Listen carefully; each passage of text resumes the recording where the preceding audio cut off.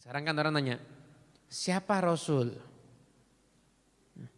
Banyak orang yang mungkin masih belum paham siapa Rasul, siapa Nabi. Kemudian apa bedanya Rasul dengan Nabi? Nah, Rasul dan Nabi itu definisinya kurang lebih sama, hanya ada perbedaan sedikit.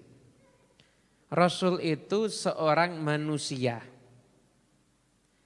yang merdeka, laki-laki, mendapatkan wahyu dari Allah, syariat Allah, dan diperintahkan untuk menyampaikannya serta mendapatkan mukjizat. Itulah para rasul. Sedangkan para nabi itu memiliki definisi yang sama. Ya laki-laki, ya merdeka, ya manusia, ya punya mukjizat. Hanya saja tidak mendapatkan perintah untuk menyampaikan syariat. Makanya nabi itu belum tentu rasul. Tapi kalau rasul itu pasti nabi. Kemudian apakah orang bisa menjadi nabi dan rasul? Misalkan dia mengajukan proposal kepada Allah mau jadi nabi dan rasul begitu misalkan. Apakah bisa seperti itu? Maka tidak bisa. Derajat rasul dan derajat nabi itu murni Allah yang menentukan, tidak dicapai derajat tersebut karena banyaknya ibadah atau karena banyaknya dia sujud kepada Allah Subhanahu wa taala, melainkan itu murni anugerah Allah kepada orang yang Allah kehendaki. Jadi sehebat apapun seseorang itu tidak mungkin bisa menjadi seorang nabi dan seorang rasul. Nah kalau kita ibadah luar biasa, ya kita maksimal itu menjadi seorang wali. Menjadi seorang wali. Bisa dipahami ya? Nah, begitu ya.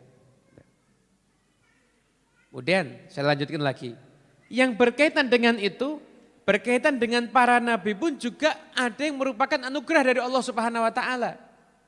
Yang bisa menjadi sahabat nabi enggak semua orang. Siapa dia? Orang yang berjumpa dengan nabi dalam keadaan iman dan matinya pun juga dalam keadaan iman. Itulah sahabat nabi.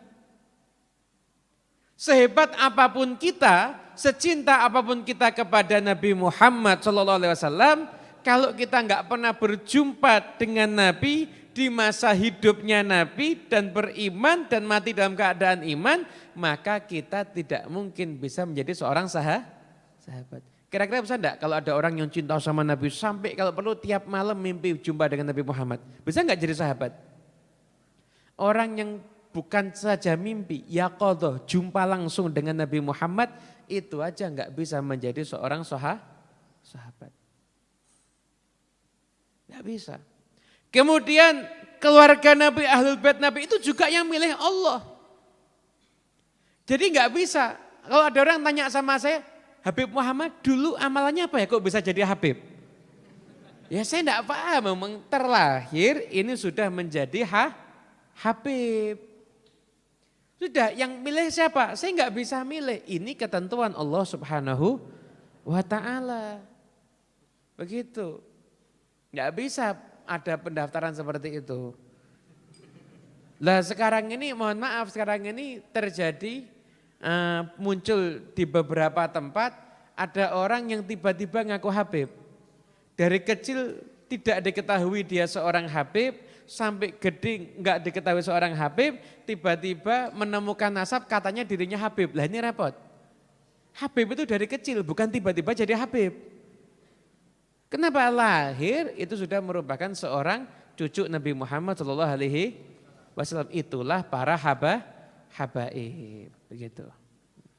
Paham ya?